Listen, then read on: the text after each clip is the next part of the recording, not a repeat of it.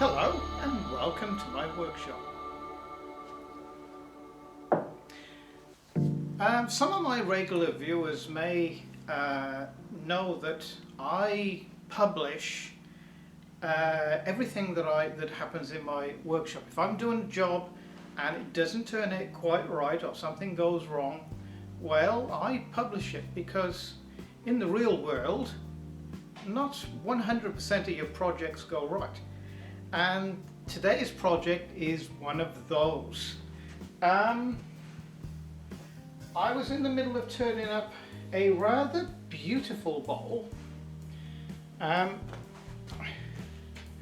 this is paperbark tree, and it exploded on me. Which I actually caught on film as well. So, you know, wood turning, especially, you know, can be very dangerous, and I can't sort of impress on you enough that you must wear, you know, the right gear, wear protective gear, because one day, you know, you can get caught out. I personally take all the precautions that I can, you know, not to, you know, you sort of expect this sort of thing all the time, really. But, you know, you take the precautions that you can not to get hurt. And in this case, you know, I didn't. So, well, I hope you enjoy the video such as it is, getting as far as what I did. It's a real shame. This would have turned out a really nice piece. Look, I could glue it together, but I just couldn't trust it, and well, maybe I'll do something with it one day, but not today. So I hope you like the video.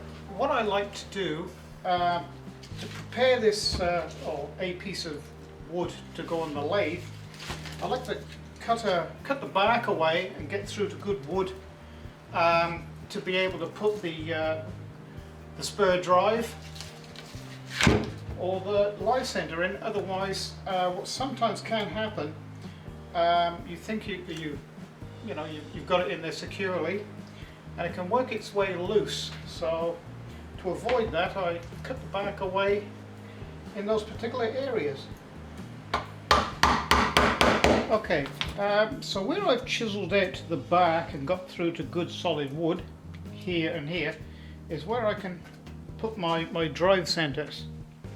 So I've actually also just nipped off some of the corners here too, to make it a little bit more balanced and be able to swing in my lathe a bit. So we'll just put my face shield on and start turning the back and rounding the outsides of the bowl up, which I think is going to turn out to be, hopefully, quite a nice looking bowl.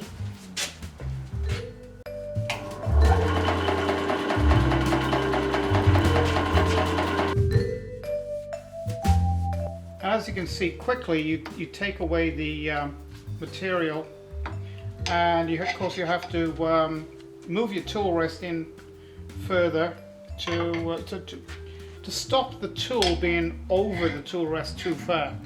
Otherwise it will tend to grab it and take you with it.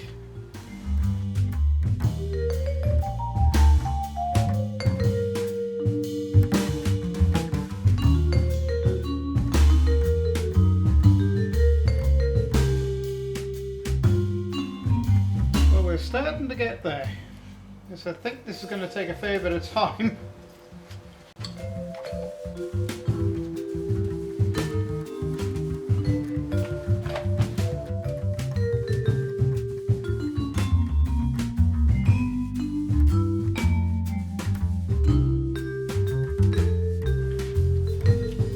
We're certainly getting there. I actually want to keep as much of the bark in this bowl as I can. So we'll see how it goes.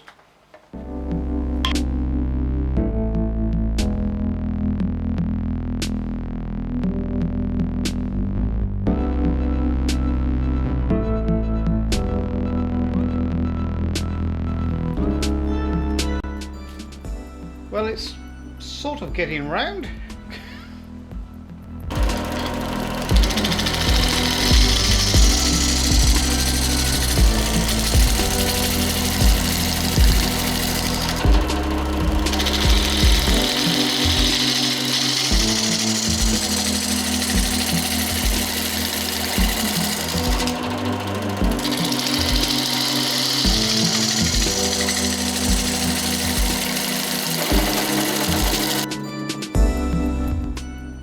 I'm trying to put a little bit of shape into the bowl now.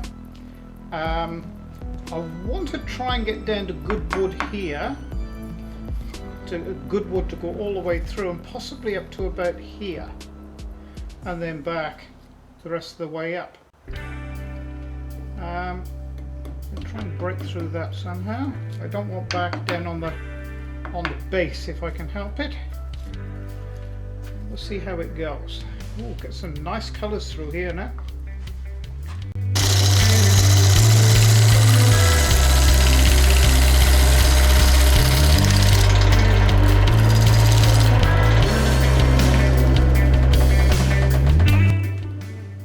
You'll notice two things that I'm doing here. One, because I'm reducing the diameter here and it's not throwing the lathe around so much,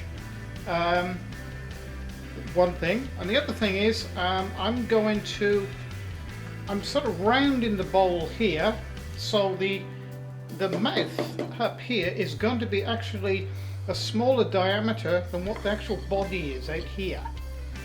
I think that's what I'm going to do anyway. I think I'd like to do that. So we're going to start actually doing that process right now. And of course, very quickly the tool rest moves away from the material, so you've got to keep on altering it, otherwise it's going to end up grabbing the tool.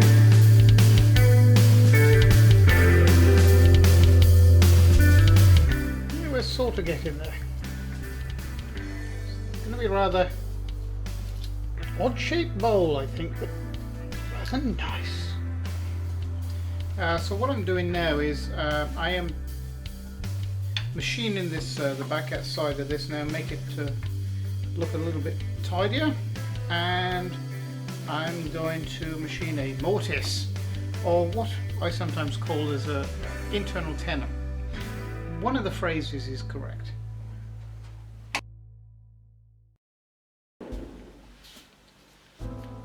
Just getting down to some decent material to be able to put it in now. A little bit of breakout here. I'll have to get rid of that.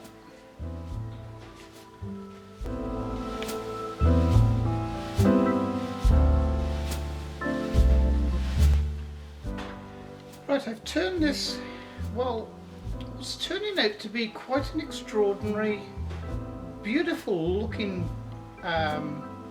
form, and I'm getting really pleased with this.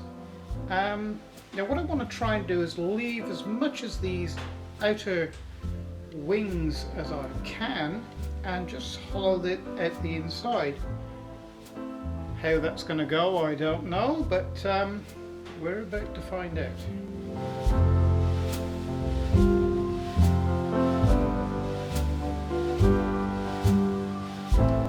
What I normally try and do is I support it at this back end, as well as holding it by the chuck, and I'll remove as much material as I can here, but leaving a drive stalk or support here as long as I can.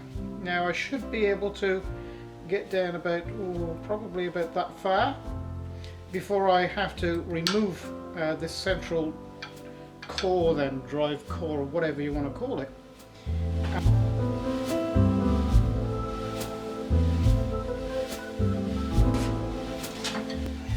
Okay, the leverage now, and you'll just notice that this grabbed slightly. The reason being is the reach is getting a little bit too far over for this tool. This is a spindle gouge. So now I'm going to turn to my spindle gouge, and this is my bowl gouge. I'm getting a little bit of breakage here too, so I'm going to have to go fairly quiet with it. And I may even have to revert to my patting off tool to get rid of this material. So.